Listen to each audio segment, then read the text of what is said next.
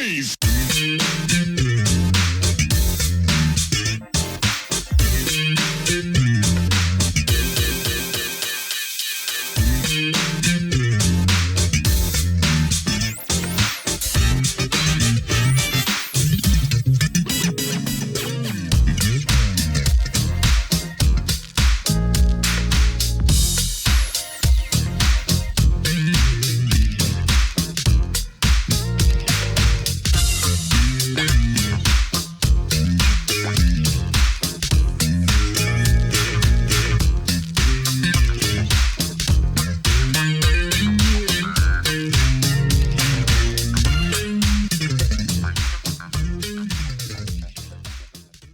Welcome back to the next part of this Truth and Rhythm episode.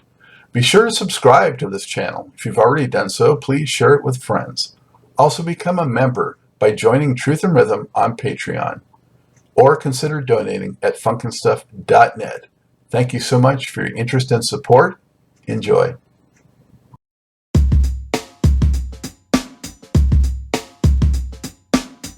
Hey, before we get started with today's show, I just want to draw your attention to new merchandise. Funkin' Stuff and Truth and Rhythm designs are in, and they look pretty darn cool. So show your support, help support the program, and show off some stylish merchandise and apparel.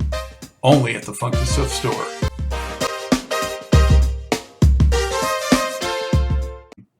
So this record, though, was also called Tease, right? It was. Yeah, was it imaginative? Not my idea. Not my idea at all. They had an interesting marketing situation.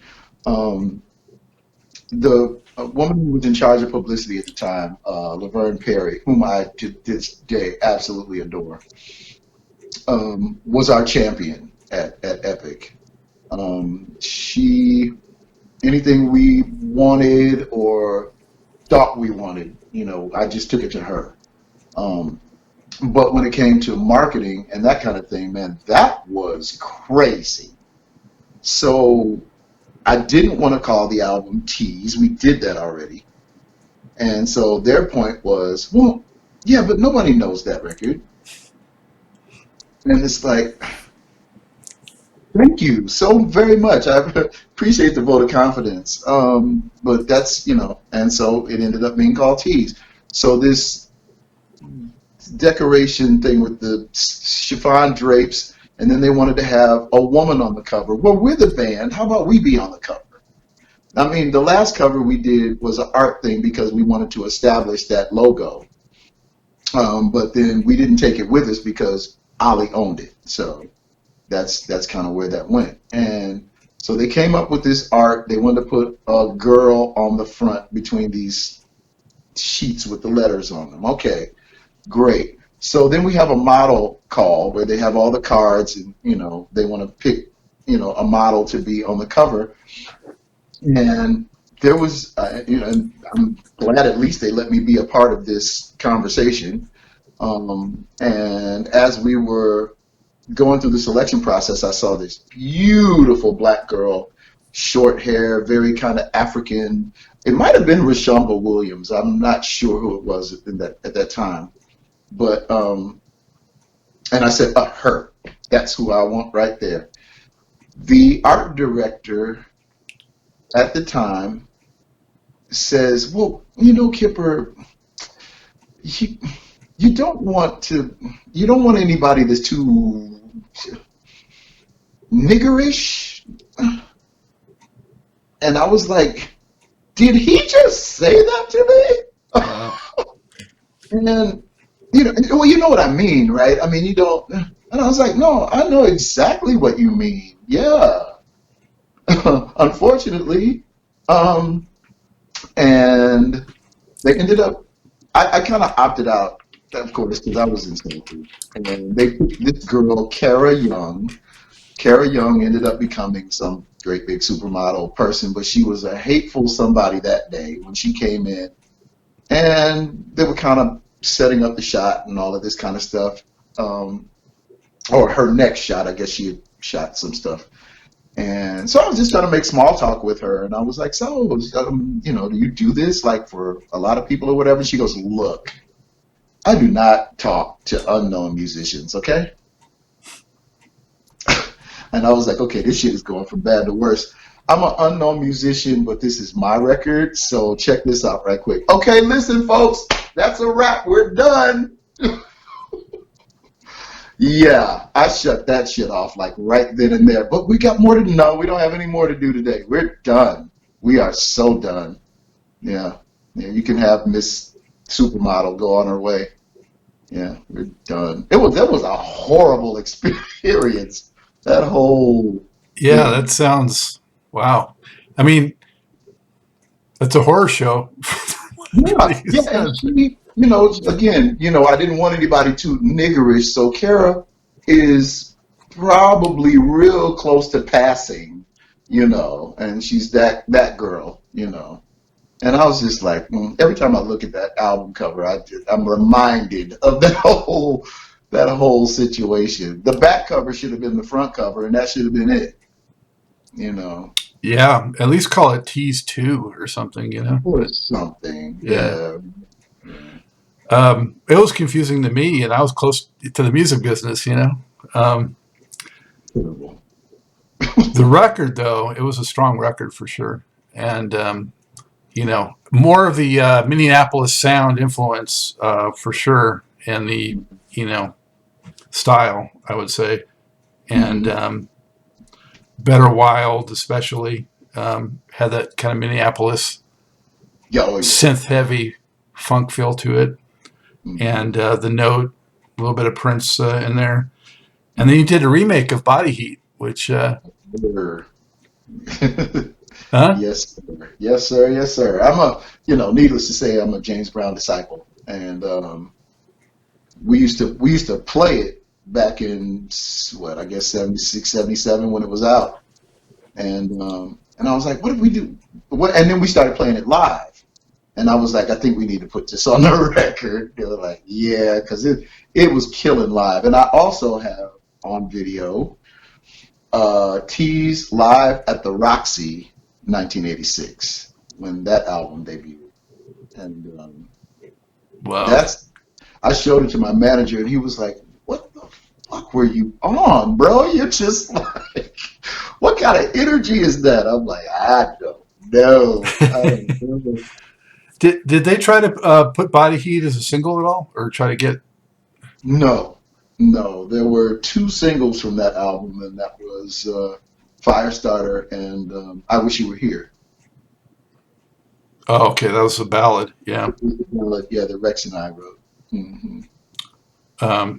Then Total Control had a little bit of a Jesse Johnson kind of thing going on in there. Hmm. Yeah, Total Control was really Chucky. It was like a Flash update to me, that one. Okay. Yeah. Hmm. Yeah, Chuck. That was Chucky's funkiness all over the place. Um, and and I did lyric and melody, but yeah, that was a fun romp. I like that one. So when you guys got to number 11, you know, Firestarter did what it did. Hmm. How did that change your perspective? Um, I'm not sure that it did. I mean, it was the same old grind, really, to me. The view got a little different because now the the promo tours are scaling up, and the label seems to not mind to send you on the promo tour. They send us out on those big cavalcades with Tony, Tony, Tony, and um, no, is that the Tony, Tony, Tony year? 86. Probably No, before them. yeah, that was 88. Yeah, 86 was trying to think. We did. I think it was more clubs kind of stuff. So that wasn't, yeah. We did a pro. I mean, okay. So that was the year we got the old beat up Run DMC bus with there was a hole on the floor in the back of the bus, and the exhaust was coming in. It was bad. Um, but yeah, this was our promo tour. At least we got a promo tour because we had a number 11 record. So and we went out on that bus and we played, the Chitlin circuit basically. On the company's expense. It wasn't. We weren't making any money doing it. So and there was no such thing as have some T-shirts printed and do a merchandise table and make some money. I mean, we didn't know anything about any of that kind of stuff. So, Did they give you a music video for that track? I so wish that if we'd have done a video for Firestarter, it could have been a number one record. But Kipper hated video, and he fought tooth and nail against the video for Firestarter. And because he was pissed off about the album cover experience, he didn't want to do a video for Firestarter. So we didn't. Yeah. And then for the next single, for I Wish You Were Here, we did. And Kipper shut his mouth because sometimes he couldn't talk too much. Yeah, so I Wish You Were Here charted, but it wasn't a hit like Firestarter. No, it gets a lot of critical acclaim. I don't know if you want to call it. I mean, people love that song. That song was written from a very personal place to me. That year, I found out that my grandfather was dying, and my grandfather was like my best friend, my support system, my get out of jail free card. He was all of that, and so it was kind of written from a perspective of how am I going to feel when he's gone, because he's leaving for sure. And so I just kind of wrote that song from this place of loneliness, and so I think people feel that and they get it. It's got a dramatic quality to it. Yeah. I think people get it. Mm-hmm. Yeah, my grandfather too was so important to me. He really was a huge influence on my whole musical interest. So Wow, that's really cool. Yeah, so you get it. You know what I mean? Yeah. So you came back with Remember. You finally got an album title. And Yeah, how about it? you remembered to have a title. And what changed, and what can you tell us about that experience? Yeah. So Larkin left. Larkin retired from the business, and I'm like, oh, now as soon as I get to finally get close to you, you leave. So he left, and so our champion in the label was kind of gone. The new guy, his name was Bernie Miller, and he was a radio guy. To be honest with you, I was always very hard on A&R people. As a songwriter, you better know what you're talking about when you talk to me about songs. That's all I'm saying. So don't come at me talking about, I think you should do this. Well, I don't think so. Because that's not my song. I didn't write it, so why do I want to do it? But yeah, I was hard on label people. I mean, I remember asking someone, an A&R person, what do you do again? What is it that you do? Because I don't get it. Why are you just like interjecting yourself where you have no business? Why are we having this conversation? But anyway, so Bernie Miller was, I guess, trying to make a name for himself and really be a lot more hands-on. Also, we weren't in the deal with Stephen Shockley. After the first record, we just decided we would handle the production chores. And Stephen was cool with that, and so he kind of walked away. Bernie had ideas about what he wanted us to do. He brought in this Al Green song, and he wanted, I think there was some, what do you call padding your pockets. What do you call? There's another name for that. Kind of some backdoor stuff going on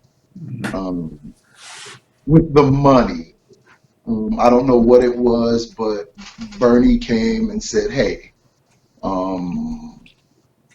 how about we get Mtume to produce your record?" And I was not mad at that at all because I'm a huge James Mtume fan. And not just from his stuff with his group, but the outside stuff with Mtume and Lucas. Just you know how to love me and all that kind of stuff. I mean, just yes. My answer was yes. So I took the meeting with Toombs, who immediately told me, "You need to be doing your own record. You know that, right?" And I was like, "Please stop. Please don't do that. I have these other people I am responsible for. We have to get this record done. Please, let's just do this record." But Bernie starts throwing in these songs. Like I said, this Al Green song, I don't even remember the name of it. What was it? Gosh. Well, you did the Ann Peebles song on there, the I Can't Oh, Stop the yeah. Rain. That was my idea. I freaking loved the Graham Central Station version. Yeah, Patrice killed it.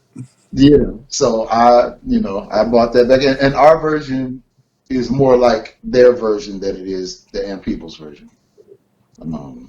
Yeah, except for a touch of, I felt it had a touch of the Club Nouveau. What they did with like Lean on Me was sort of like, Yeah. And I think that's and the Mtume influence, I think, because that was more of his kind of take on it too. So yeah. Yeah, definitely. Club Nouveau kind of sound.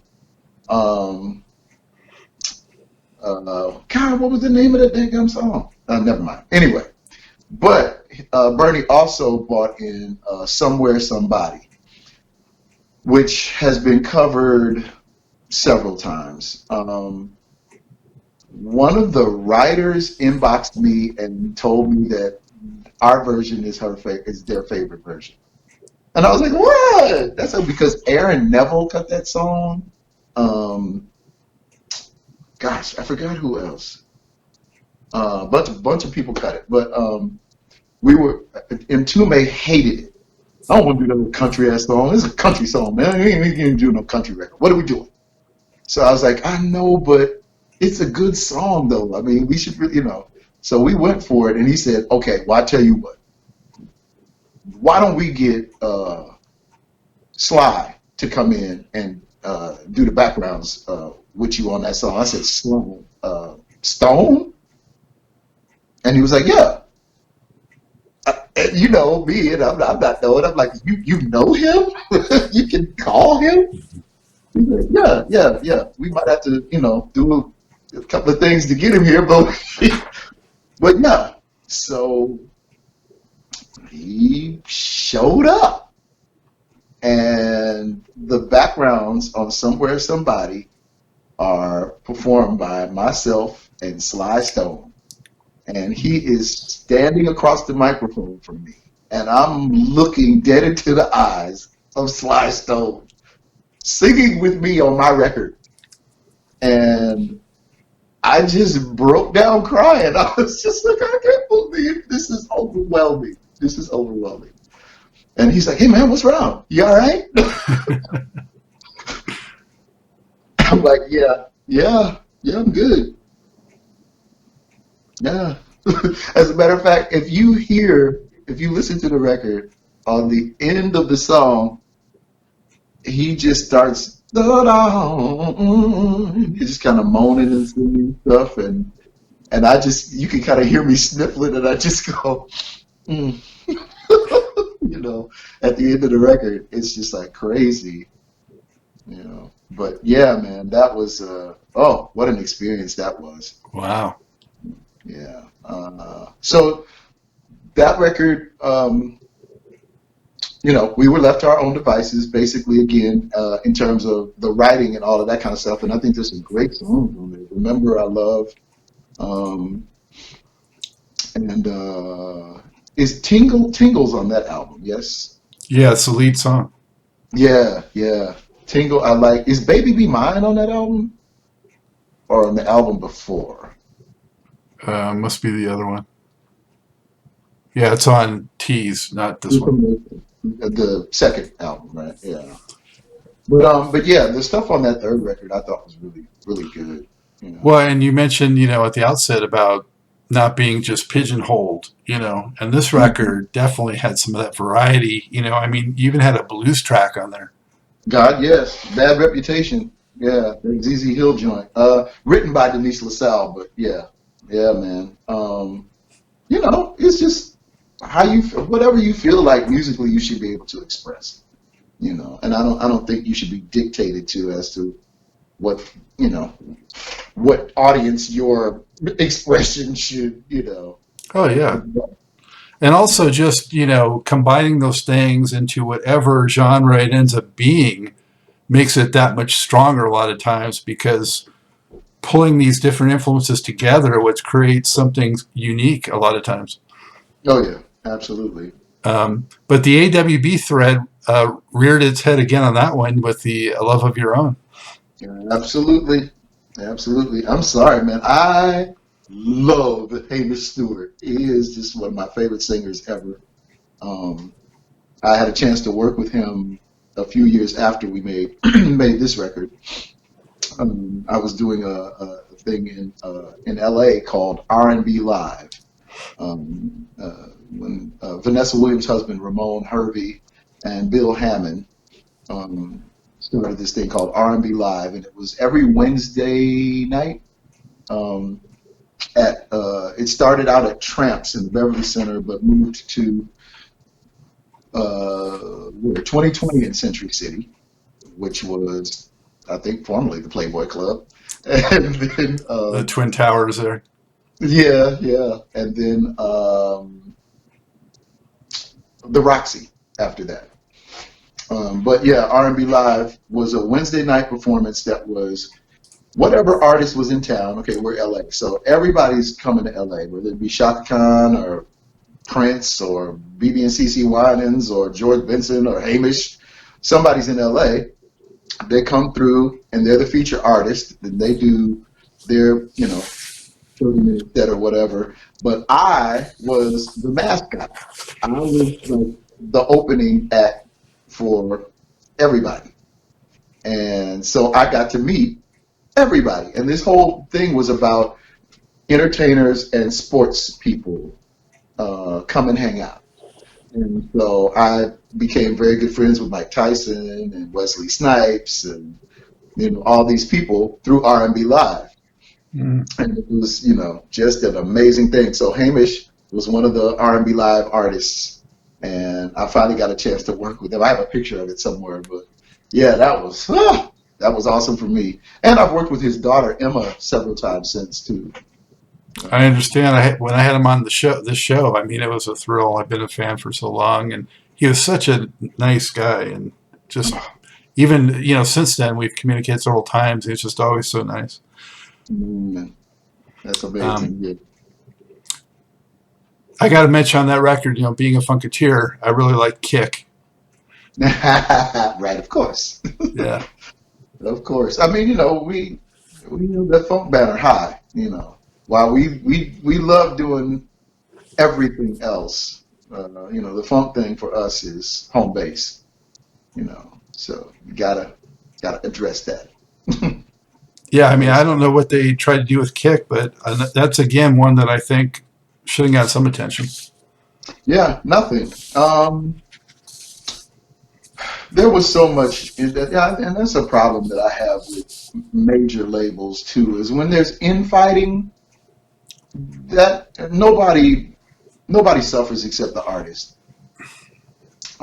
Because the whoever the parties are that are engaged in such behavior are getting a weekly check, but the artists are losing momentum, are losing airplay, are they lose because y'all are having this stupid feud. And there's a narrow window and a small margin for error. Yeah, we can't afford you bickering. We personally, but that's just kind of what happens, and And so we got caught up in that there, um, to the point where,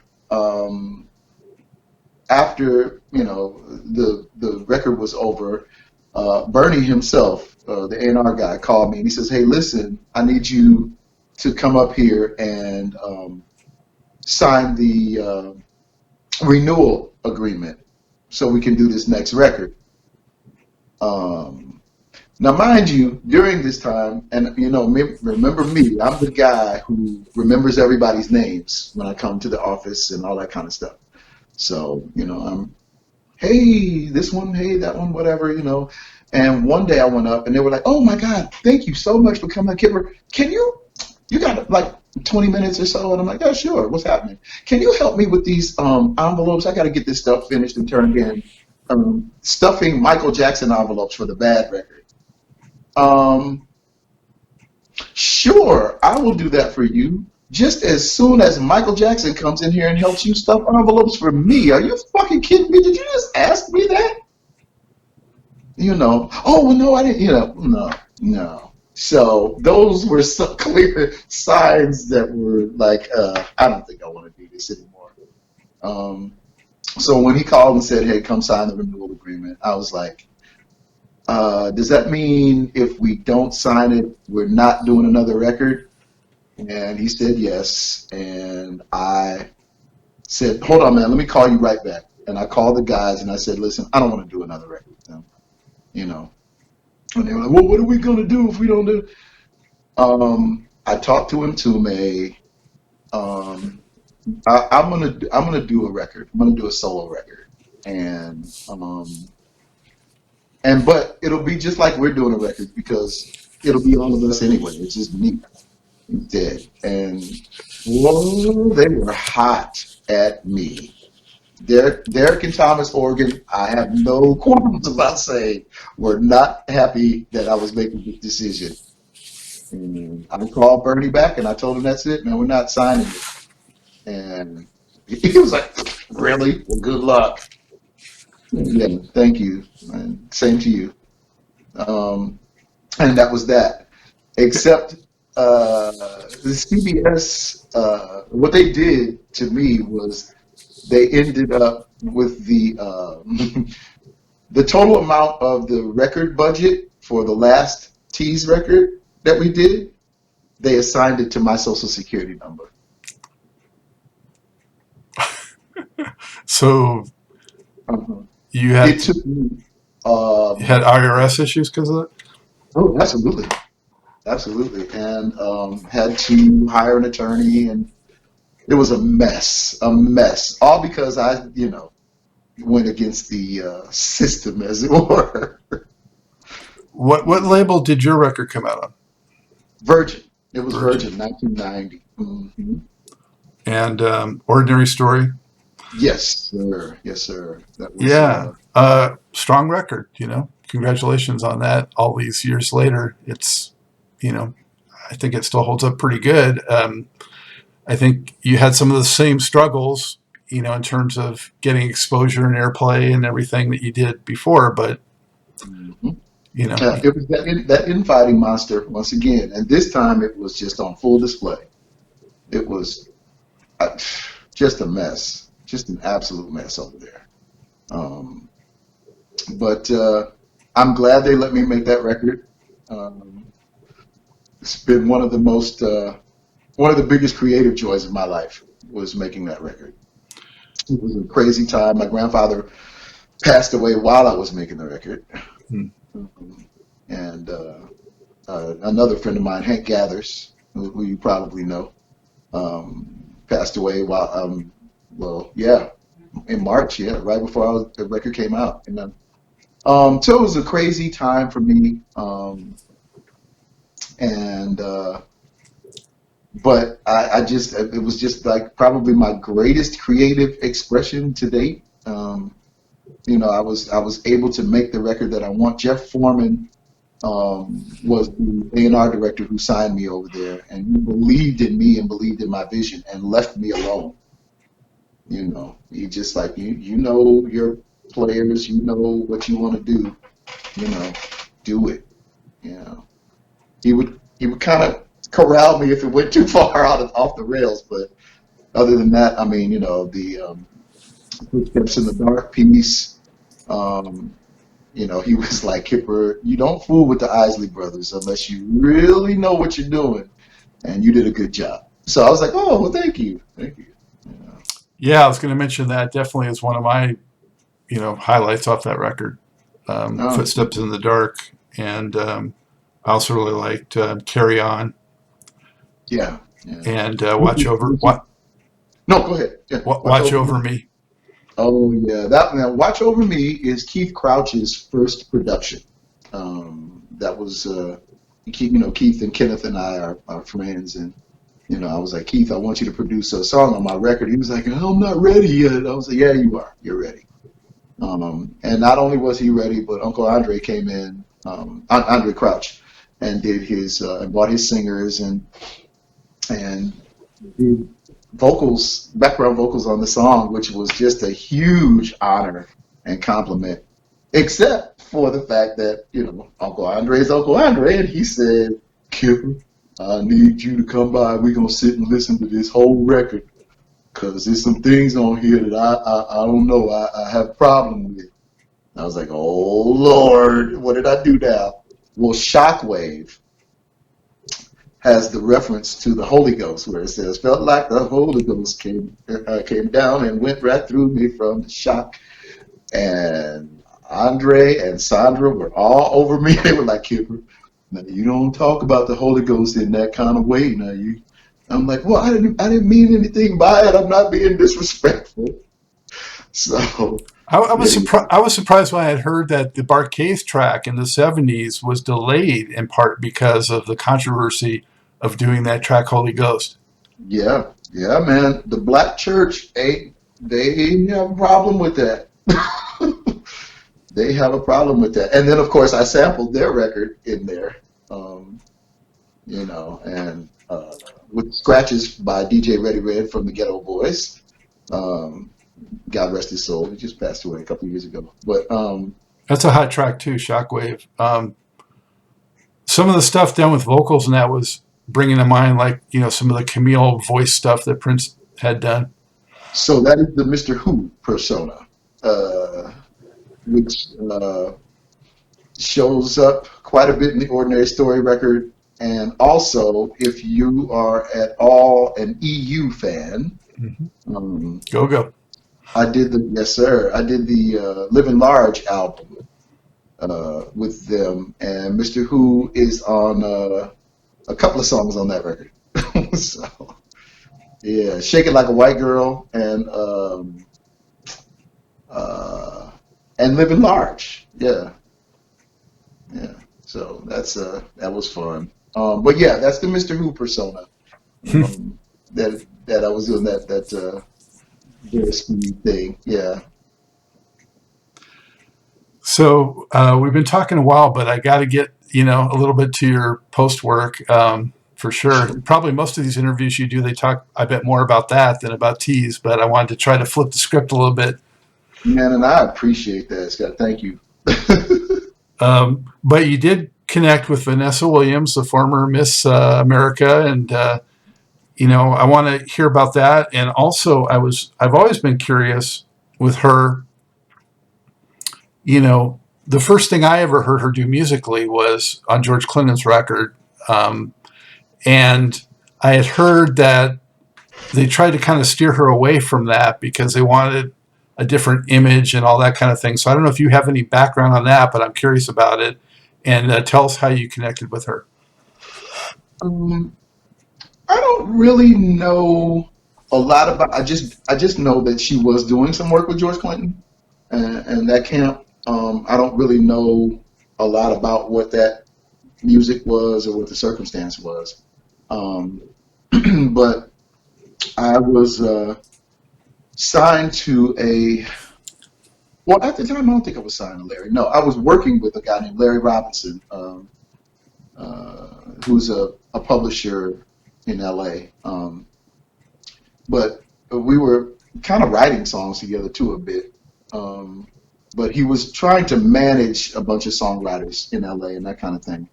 And he was friends with Ed Eckstein, um, who is a very historical figure in his own right, and as the first African American record company president of a non-African American record company.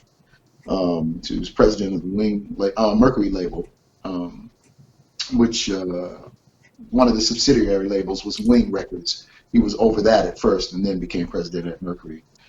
So at Wing, he signed Vanessa. And when Larry got the word that they were looking for some songs, and he asked me, he says, "Hey, Ed wants to know if you have anything for Vanessa." I was a huge Jody Watley fan. Father, Son, Holy Ghost, and Jody Watley. Listen, she is everything to me. So I kind of felt like, that was a cool lane for Vanessa. And I came up with the idea for the right stuff. And I told Larry, I want to take this to Chucky and have him really kind of spell it out, musically and everything. He said, yeah, that's a great idea. Let's do that. And Rex as well. And so Rex and I actually ended up really crafting it and making it a song. And so I think that's why he and I are the writers on it. But we took that to Ed. Ed was like, hey, man, I really dig it. I want to play it for her, see what she thinks. She heard it. She loved it. Said she wanted to meet with me and see if I had anything else and that kind of stuff. And I'm like, shoot, I'll write whatever. It's all good. But yeah. And so we met. At the time, she was like 8, 9 months pregnant. She was about to have her baby, Melanie, her first daughter. And so we went in. Oh, the first thing she said was, "Oh, I love this song. I just don't.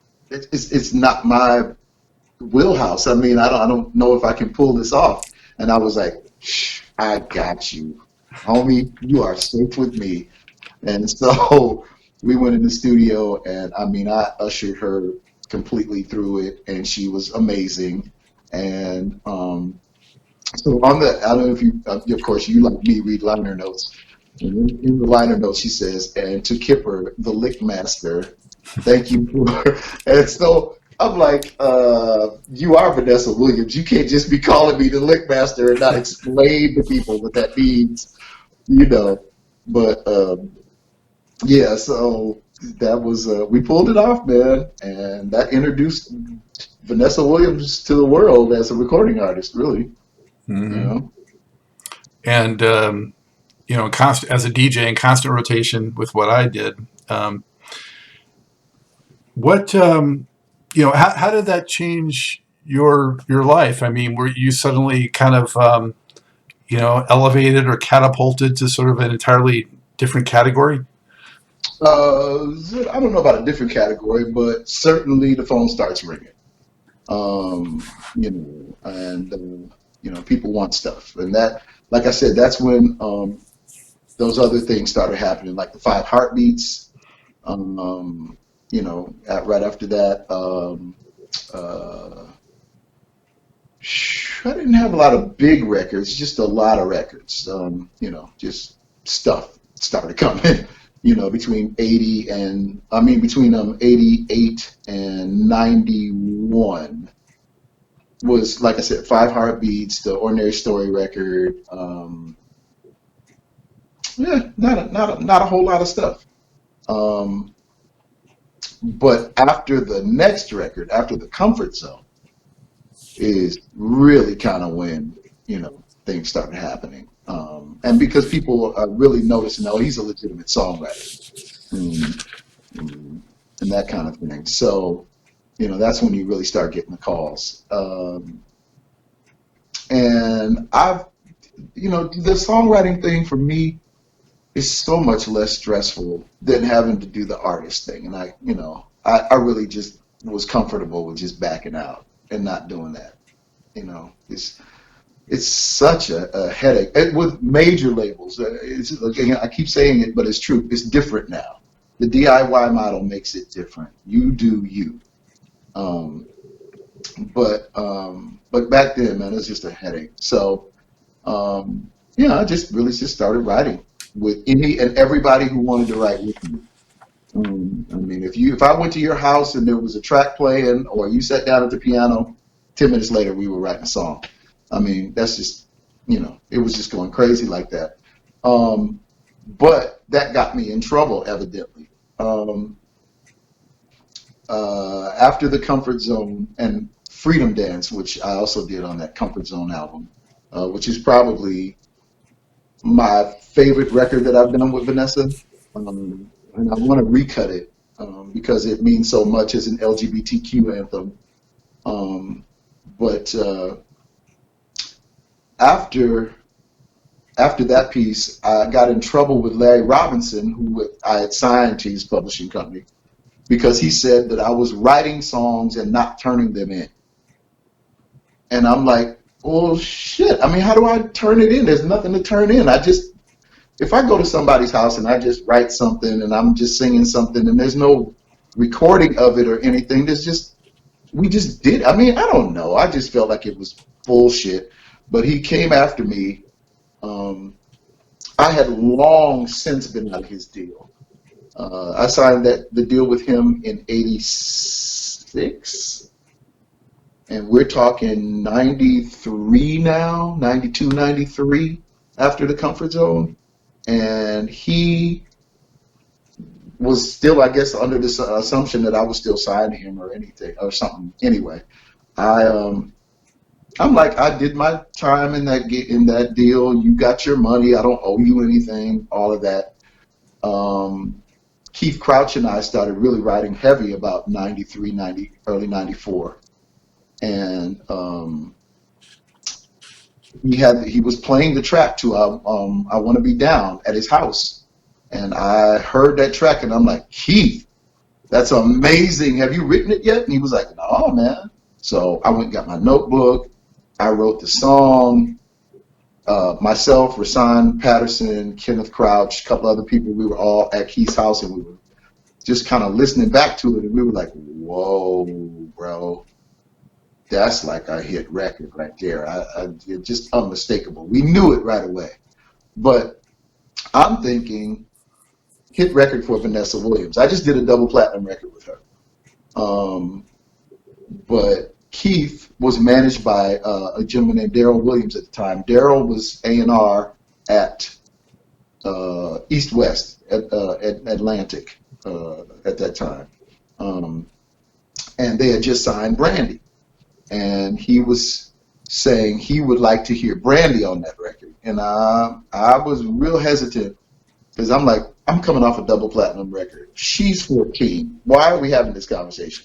So, but anyway, Keith convinced me to let her demo the record, and she did. And I had to eat every word I ever said because she was amazing. And Vanessa's career was kind of going toward the save the best for last audience at that point anyway. So it was no big deal. And we rolled right into it and ended up writing, 3 more songs on that album? And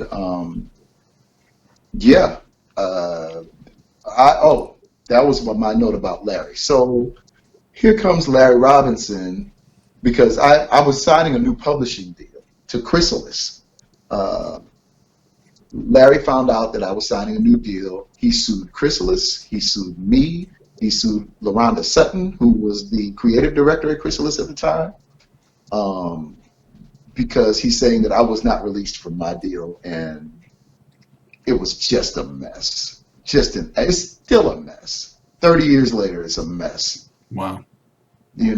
And I just want the world to know that he ended up getting a third of my Brandy money that he's not entitled to.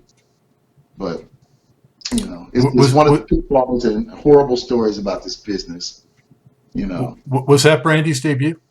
Yes, that was Brandy's debut, which has sold upwards of 4+ million albums, and yeah.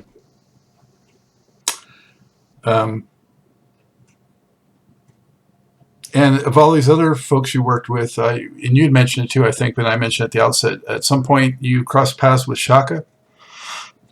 Yeah, and that came after. Oh, so that was like the next year. I want to say 95 or 96. Well, it's because I was still working with Keith, and we were just churning it out.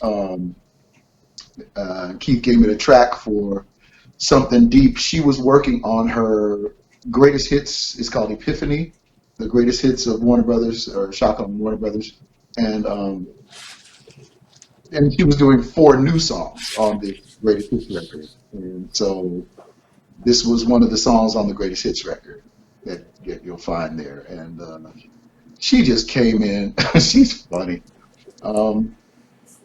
She heard the song. She said, "Ooh, that is so me. That's just me. You Kipper, you got it. You nailed it. That is just me all day long." But there's just a couple of things that I would say differently, and I was like, "Okay, here she go."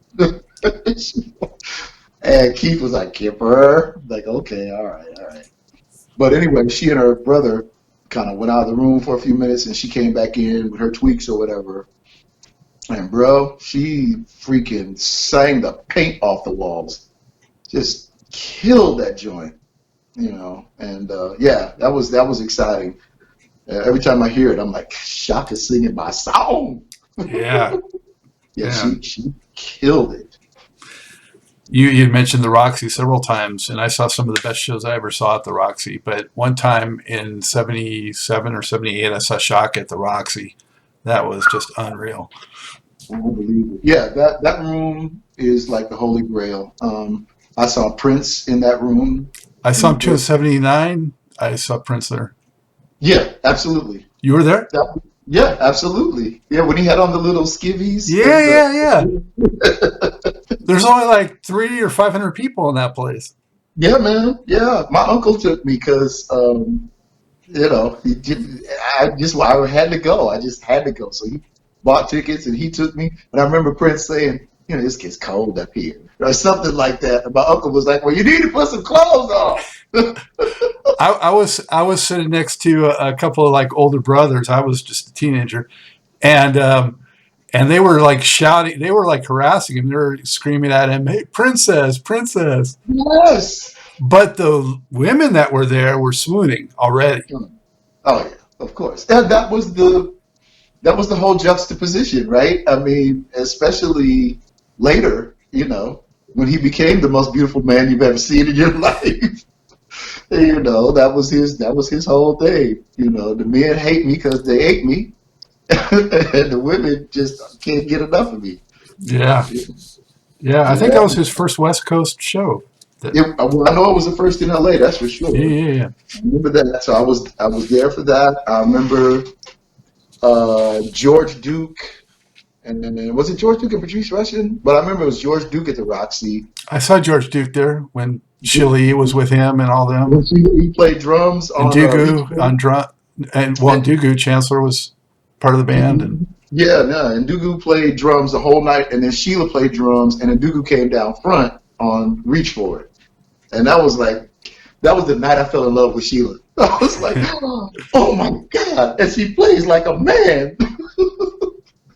She does not play drums like a girl. So, that was the night I absolutely fell in love with her. And who else did I see in that room? I saw Herbie there. Oh, wow. I saw, I was at George Benson's on Broadway, live in LA. With the Roxy. Yes. Wow. That had to be an incredible night because that record was just, a staple in any true record collector's collection. Yeah, well, it was fun because he told us it was being recorded for an album, so that just made us, that much more interactive in the whole experience. Wow, that was awesome. But yeah, man, love that room, and to be on the stage in that room, like when we did the Tease gig, I think I made the statement at the beginning of the show. Wow, we finally made it. And then when R&B Live was at the Roxy, Bill Hammond recently sent me a picture, and it's me singing, Dorian Holley, Julie Delgado, and Della Miles singing backgrounds, and Greg Fillinganes, Marcus Miller, Paul Jackson Jr., Everett Harp, and Patches Stewart. I don't know who's playing drums, but that was the band, and I'm like, good Lord, that's like A bunch of Woo. scrubs. Yeah, man. Unknowns. Wow. Yeah. Is there anything musically on the horizon for you? Sure. So there are two young ladies that sing with me in my band. My band is called Kipper Jones R&B Circus, featuring the Black Betties. And the Betties are twins. They are Sharita and Cherie Murphy. And they're amazing in their own right. They do a lot of background stuff for artists when they come to LA, and I mean to LA, to Atlanta. And they also sing a lot with Keith Sweat and is it People Bryson? Somebody else who's based here, but I know they do a lot of touring with Keith Sweat even. Um, but yeah, but they're amazing, and they came to me with an idea for a song that is turning into an entire project. But the song we're going to be releasing this spring, and it's called "You Belong to Me." And we're riding this whole Aretha Franklin wave. We have the Cynthia Erivo, Aretha Franklin miniseries coming out, and then also the Jennifer Hudson biopic that is also coming in August. And this record that we've done is Aretha Franklin 1968 all day long, and I'm so excited about it. So be on the lookout for the Black Betties, You Belong to Me, and stay tuned for more music because we're gonna pour into an entire project. And so that's what we're working on now, recording and writing wise, and then also waiting for the cloud to lift so we can get the band kicking again. We're just Atlanta's dopest soul R&B homage band, and we just can't wait to be working again. As I mean, we're all just throbbing at the bit to get back to live music. Yes, yes. Yeah. So hopefully, summertime maybe. Yeah, hopefully. Wow. So how can people best keep up with what you have going on? Sure, you can always hit my website, kipperjones.com, and see what's going on there. You can send me an email at unclekipper@gmail. I'm Uncle Kipper everywhere. I'm Uncle Kipper at Twitter. I'm Uncle Kipper at Instagram, Facebook, wherever you'd like to find me. But so I'm easy to find out. You can hit me in any of those places. I do respond to emails. If you shoot me one, I will shoot you one back. That's going back to the Graham Central Station manager, Exactly, man. How about that? I didn't even think about that, but yeah, absolutely. We've gone full circle on it. Yeah, absolutely, man. And I'm just I try to be accessible because people need to know that you're human, that you care, that you exist, that you're empathetic, that you really, that you care. I think it's important. I think what happens, especially with a lot of artists that get too removed or aloof or whatever, that you become that it even affects you, that you become less aware, and it comes across. I think a lot of artists, they kind of remove themselves from people. Well, I don't want to be around that, or I don't need to respond to that, or I don't. No. I think when you do that, it reflects in your presentation, shall we say, and it's important to me to always be accessible to people, and whether that just be a message or even a phone call or something. I don't know. I think it's just important, because people don't owe. I don't know. For me, I appreciate the position that I'm in.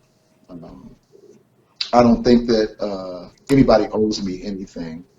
I worked for it, and I appreciate it, and so I'm grateful, and so I try to show that and be that for people. Well, certainly appreciate you being accessible for this Truth and Rhythm show, and for all the great music you've brought us through your own work and through the compositions and the production. Thank you so much. Oh, no, thank you so very much for having me.